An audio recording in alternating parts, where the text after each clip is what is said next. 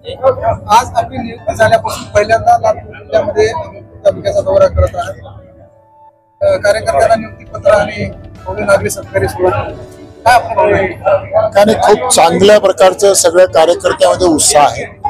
आणि आज आपण पाहतोय की देशामध्ये आदरणीय नरेंद्रजी मोदी साहेबांच्या नेतृत्वाखाली एक विकसित भारत म्हणून देशाला पुढे घेऊन जाण्याचं काम मोठ्या प्रमाणामध्ये करतायत। राज्यामध्ये सुद्धा राज्याचे मुख्यमंत्री आदरणीय देवेंद्रजी फडणवीस साहेब विकसित महाराष्ट्राला कसं पुढे घेऊन जाता येईल तो प्रयत्न आहे। आणि रवींद्रजी चव्हाण, बावनकुळे साहेब ही सगळी मंडळी अतिशय मोठ्या प्रमाणामध्ये काम करतायत। आणि आज संपूर्ण जिल्ह्यामध्ये भाजपमय अशा प्रकारचे एक वातावरण या ठिकाणी निर्माण झालेलं आहे। आणि म्हणून आज कार्यकर्त्यामध्ये एवढा मोठा उत्साह आहे की आपण ते कितीही कौतुक केलं ते कमी आहे। आणि विशेष करून अहमदपूरमध्ये पूर्वीपासूनच एक भाजपचं फार मोठं गड आहे। आणि म्हणून आज कार्यकर्त्यांमधले हे उत्साह पाहिल्यानंतर येणारी जिल्हा परिषद, पंचायत समिती, नगरपालिका हे निश्चितपणानं भाजप जिंकल्याशिवाय राहणार नाही हे मी आज आपल्याला ठिकाणी पक्षाचा आदेश सर परत येथील कार्यकर्त्यांनी विधानसभा निवडणुकीमध्ये महायुतीचा उमेदवार म्हणून बाबासाहेब पाटील यांना निवडून दिलं। मात्र आता त्यांच्या मनामध्ये असलेली खटखट आताच आपल्याकडे बोलून दाखवली। या संदर्भात आपलं काय मत आहे? या संदर्भामध्ये सगळे कार्यकर्ते एक विचारानं या ठिकाणी काम करत आहेत। एका विचारानं सगळे या ठिकाणी चालू आहे। आणि आमचं जे अलायन्स आहे त्या अलायन्समध्ये एकमेकाबद्दल कसल्याही प्रकारचं कोणाची तक्रार नाही। आणि आता या पुढील निवडणुका सुद्धा एका विचारानं, एक मतानं सगळ्या कार्यकर्त्याला न्याय मिळेल अशा प्रकारचं निवडणुका या ठिकाणी होतील। कार्यकर्त्यांमधून मात्र या येणाऱ्या आगामी निवडणुका ह्या वैयक्तिक लढाव्यात अशा काही कार्यकर्त्यांकडून आमच्याकडे मेसेज आहे। त्या संदर्भात आपलं काय मत? आम्ही बघू काय, पण पक्षाच्या वतीनं एकदम व्यवस्थित होईल। भारतीय जनता पार्टीचा खरा तर नारा आहे की अच्छे दिन आने वाले आहे। आता तुम्ही बोलताना म्हणालात की अहमदपूरकरांसाठी चांगले दिवस येणार आहेत, नेमकं काय गमक आहे? अहमदपूरकर महाराष्ट्रातल्या सगळ्या जनतेसाठी अच्छे दिन आल्याशिवाय राहणार नाहीत हे मी आज सांगतो।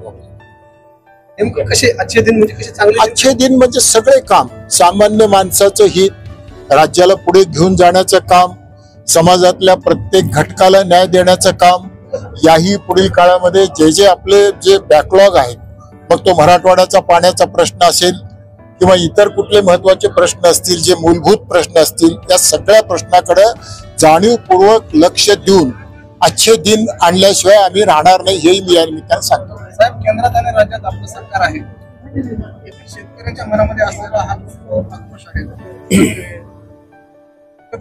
यासाठी आपले काय प्रयत्न असतील?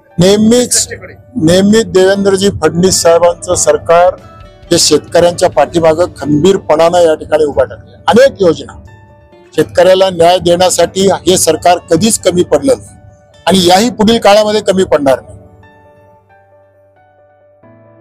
आज आपली नियुक्ती झाल्यापासून पहिल्यांदा लातूर जिल्ह्यामध्ये तालुक्याचा दौरा करत आहे। कार्यकर्त्यांना नियुक्ती पत्र आणि भव्य नागरी सत्कारी सोहळा आणि खूप चांगल्या प्रकारचं सगळ्या कार्यकर्त्यांमध्ये उत्साह आहे।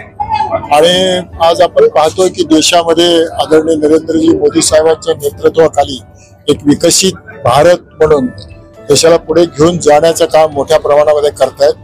राज्यामध्ये सुद्धा राज्याचे मुख्यमंत्री आदरणीय देवेंद्रजी फडणवीस साहेब विकसित महाराष्ट्राला कसं पुढे घेऊन जाता येईल तो प्रयत्न आहे। आणि रवींद्रजी चव्हाण, बावनकुळे साहेब ही सगळी मंडळी अतिशय मोठ्या प्रमाणामध्ये काम करतायत। आणि आज संपूर्ण जिल्ह्यामध्ये भाजपमय अशा प्रकारचे एक वातावरण या ठिकाणी निर्माण झालेलं आहे। आणि म्हणून आज कार्यकर्त्यामध्ये एवढा मोठा उत्साह आहे की आपण ते कितीही कौतुक केलं ते कमी आहे। आणि विशेष करून अहमदपूरमध्ये पूर्वीपासूनच एक भाजपचं फार मोठं गड आहे। आणि म्हणून आज कार्यकर्त्यांमधले हे उत्साह पाहिल्यानंतर येणारी जिल्हा परिषद, पंचायत समिती, नगरपालिका हे निश्चितपणानं भाजप जिंकल्याशिवाय राहणार नाही हे मी आज आपल्याला ठिकाणी पक्षाचा आदेश सर परत येथील कार्यकर्त्यांनी विधानसभा निवडणुकीमध्ये महायुतीचा उमेदवार म्हणून बाबासाहेब पाटील यांना निवडून दिलं। मात्र आता त्यांच्या मनामध्ये असलेली खटखट आताच आपल्याकडे बोलून दाखवली। या संदर्भात आपलं काय मत आहे? या संदर्भामध्ये सगळे कार्यकर्ते एक विचारानं या ठिकाणी काम करत आहेत। एका विचारानं सगळे या ठिकाणी चालू आहे। आणि आमचं जे अलायन्स आहे त्या अलायन्समध्ये एकमेकाबद्दल कसल्याही प्रकारचं कोणाची तक्रार नाही। आणि आता या पुढील निवडणुका सुद्धा एका विचारानं एक मतानं सगळ्या कार्यकर्त्याला न्याय मिळेल अशा प्रकारच्या निवडणुका या ठिकाणी होतील. कार्यकर्त्यांमधून मात्र या येणाऱ्या आगामी निवडणुका ह्या वैयक्तिक लढाव्यात अशा काही कार्यकर्त्याकडून आमच्याकडे मेसेज आहे, त्या संदर्भात आपलं काय मत? आम्ही बघू काय, पण पक्षाच्या वतीनं एकदम व्यवस्थिशीर होईल. भारतीय जनता पार्टीचा खरा तर नारा आहे की अच्छे दिन आने वाले आहे. आणि तुम्ही बोलताना म्हणालात की अहमदपूरकरांसाठी चांगले दिवस येणार आहे. नेमकं काय गमक आहे?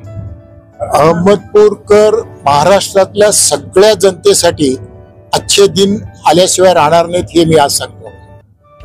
नेमकं कसे अच्छे दिन म्हणजे कसे चांगले दिन? अच्छे दिन म्हणजे सगळे काम, सामान्य माणसाचं हित, राज्याला पुढे घेऊन जाण्याचं काम, समाजातल्या प्रत्येक घटकाला न्याय देण्याचं काम, याही पुढील काळामध्ये जे आपले जे बॅकलॉग आहेत, मग तो मराठवाड्याचा पाण्याचा प्रश्न असेल किंवा इतर कुठले महत्वाचे प्रश्न असतील, जे मूलभूत प्रश्न असतील, त्या सगळ्या प्रश्नाकडे जाणीवपूर्वक लक्ष देऊन अच्छे दिन आणल्याशिवाय आम्ही राहणार नाही हेही मी या निमित्ताने सांगतो. साहेब, केंद्रात आणि राज्यात आपलं सरकार आहे, शेतकऱ्यांच्या मनामध्ये असलेला हा आक्रोश आहे,